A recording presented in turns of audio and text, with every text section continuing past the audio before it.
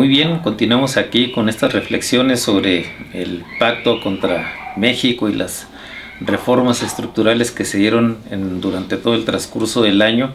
Pues esta parte de la lucha del sector magisterial pues se dio prácticamente durante todos los primeros meses, y ya el asunto se vino a hacer más fuerte en el último trimestre del año, cuando entran al mismo tiempo varias reformas más, ¿no? Como esta parte de la reforma hacendaria. ¿Qué nos comentas, Alejandro? Un primer comentario sobre esto que referías del mecanismo del Pacto por México, que es un mecanismo que vino a sorprender a algunos. Es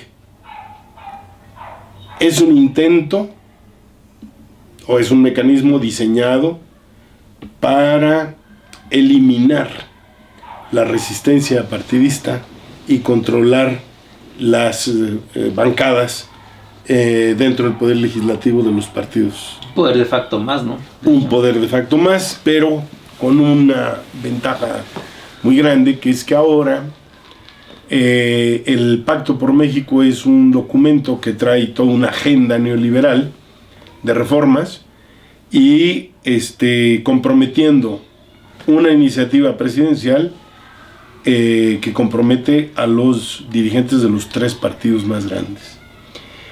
Este mecanismo tiene primero la ventaja de que subordina a los partidos al Poder Ejecutivo, y luego subordina al Poder Legislativo a la lógica del Ejecutivo.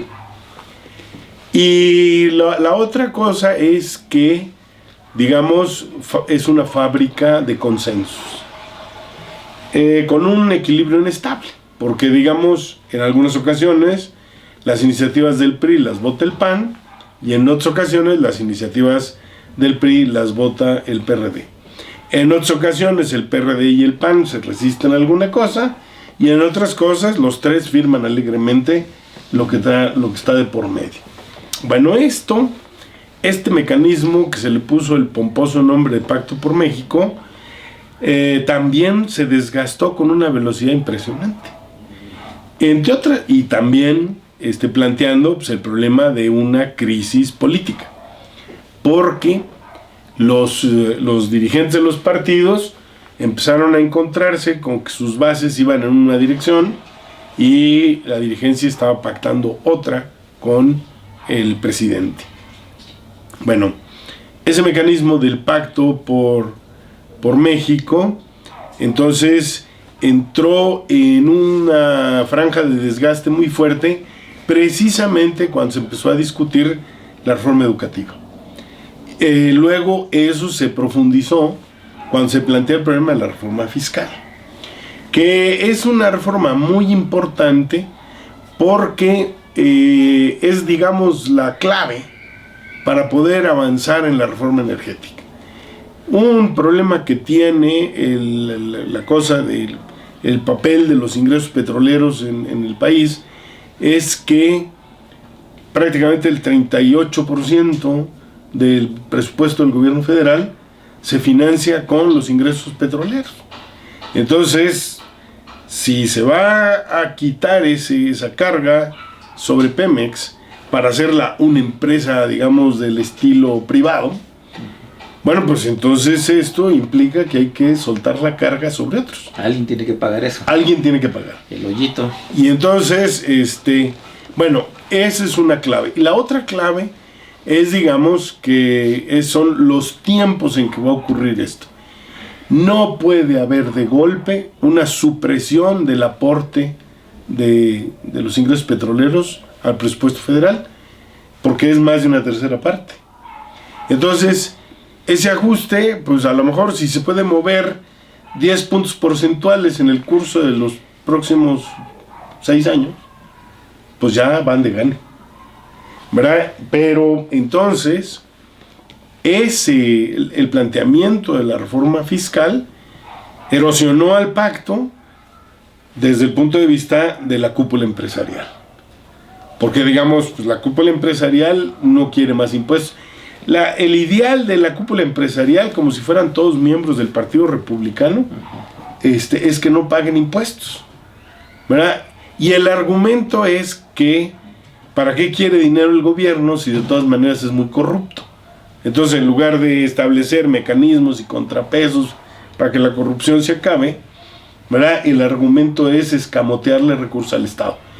Y sobre la base de un principio de que es su dinero, cuando en realidad, pues la generación de la riqueza en el país se debe a la clase trabajadora.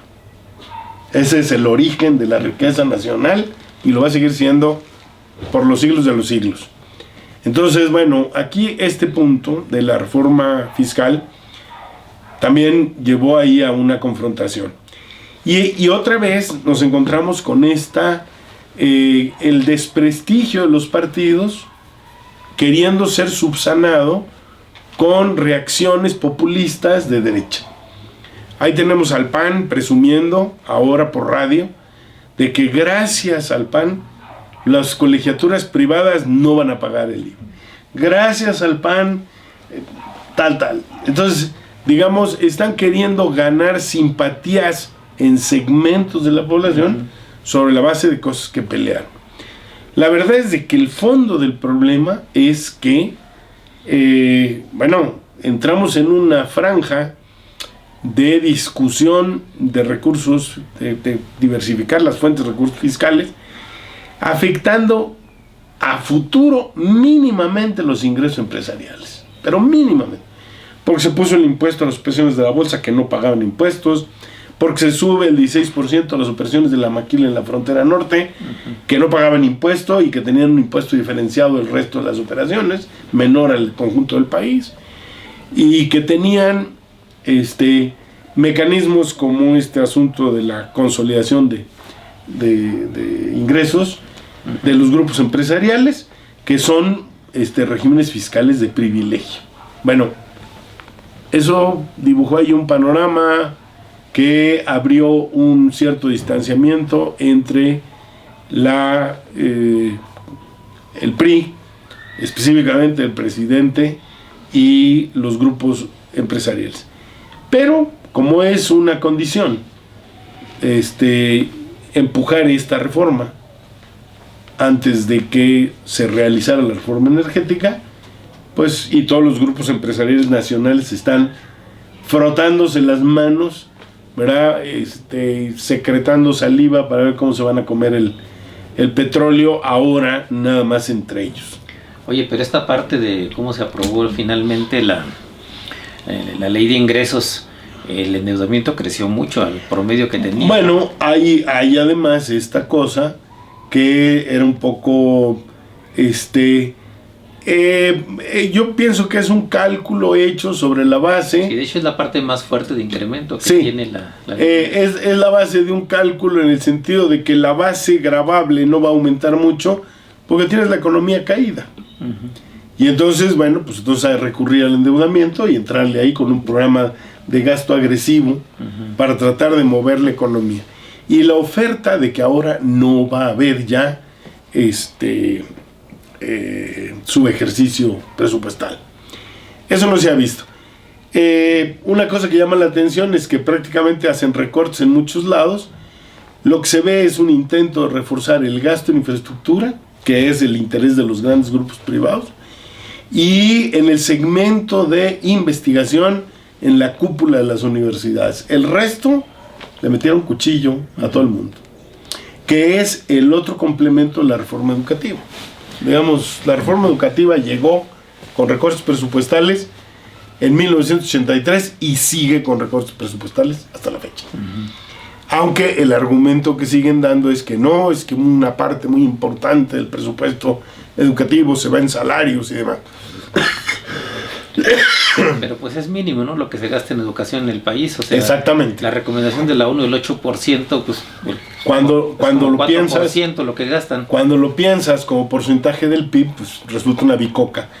Y luego, en el propio diagnóstico de la reforma educativa, hablan mal de los maestros y los criminalizan y demás, pero pasan por alto que un porcentaje alto de las escuelas del país, de las primarias, no tienen agua, no tienen baño, no funcionan, Hay edificios que no tienen vidrios, etcétera. Están en una situación de desastre. Sí, se han recogido muchos testimonios de los maestros que por todos lados, prácticamente en galeras, en la sierra y demás, ¿no? O sea, bueno, entonces, en la discusión de la promesa de la discusión de las leyes secundarias, trataron de sacar este asunto de que ahora sí van a dar recursos para mejorar la infraestructura. Lo cierto es que no consiguieron tampoco frenar el descontento popular. Entonces llegamos a la situación del pacto, en donde las confrontaciones contra el pacto, la lógica de las reformas estructurales estaban abajo, en la parte educativa, y arriba, con la parte fiscal. Pero ahí seguimos. Entonces viene el manejo asociado de la reforma energética, ligado también a una reforma política. Una reforma política que es obvio que es una componenda entre partidos. Porque si la gente está renegando de los partidos y renegando de los políticos profesionales, ¿quién va a creer ese asunto de que la gran demanda popular es que se reelijan? Es que se reelijan, ¿no? Sí. Por favor, ¿no? Cuando además revisas la experiencia, dice, eso es para que tengan experiencia. Al que escojas, le ves la historia, y ha sido regidor y síndico y ha estado de presidente municipal. Son unos vividores del presupuesto federal o estatal o local. Y eso lo quieren eternizar todavía más. Entonces lo quieren presentar como que es la gran reforma ciudadana que la gente pide porque quiere tener control sobre los diputados. Cuando en realidad la población está queriendo que se reduzcan ¿Cómo librarse de ellos? Que se reduzcan las representaciones, que se eliminen las representaciones proporcionales, que se establezca un régimen de rendición de cuentas y además que haya revocación de mandato. Pues sí, pues es lo que le falta. Que es la parte democrática elemental. ¿No? Estarle haciendo al cuento ahí con esto. El poder soberano elemental, la revocación, ¿no? Exactamente. Bueno, pues entonces ahí caminamos entonces a la discusión de la reforma energética. Creo yo que, en resumen de lo que llevamos dicho, el cambio introducido, nos encontramos con dos confrontaciones en la cúpula empresarial. Un lado, la cosa de la reforma de telecomunicaciones, y el otro, la reforma fiscal. Y por abajo, la gran confrontación de masas del magisterio contra el Pacto por México. Entonces llegamos a un punto de quiebre con una oposición de masas y con una oposición de élites a los aspectos del manejo del Pacto por México. Bueno, entonces estamos aquí en la parte entonces de que las propias reformas han ido pues encontrando los diferentes tipos de oposiciones a las medidas que hay, ¿no? Está esta parte de la reforma fiscal. Ahora, pero tú, ¿cómo ves esta parte del presupuesto? ¿Cómo se asigna el presupuesto? Ahí lo que estamos viendo nosotros es, por ejemplo, que le dan un incremento muy notable a lo que va a hacer ahora la Secretaría de Desarrollo Agrario. Y un poco ahí lo que uno se dice, ni modo que estén pensando en hacerle justicia a los campesinos, ¿no? Pues lo que están pensando es cómo integrar todo ese tipo de predios al desarrollo de salvaje y crecimiento irracional que tienen por todo el país. Esa es una parte. Y la otra parte, pues el asunto de cómo concentran la seguridad pública en gobernación y además incrementan el presupuesto de gobernación, que es un poco como la parte de lo que estábamos hablando, que estás comentando al principio, ¿no? Cómo este régimen se va a volver todavía más represivo y demás. Ahí están los acentos. ¿Tú crees que la forma como se aprobó este presupuesto, pues es pues con el 24.5% del PIB, más o menos el cálculo que teníamos por allí, realmente le puede ayudar al país a salir de la bronca? Le seguimos posteriormente ahorita en la siguiente parte del programa con la respuesta de Alejandro.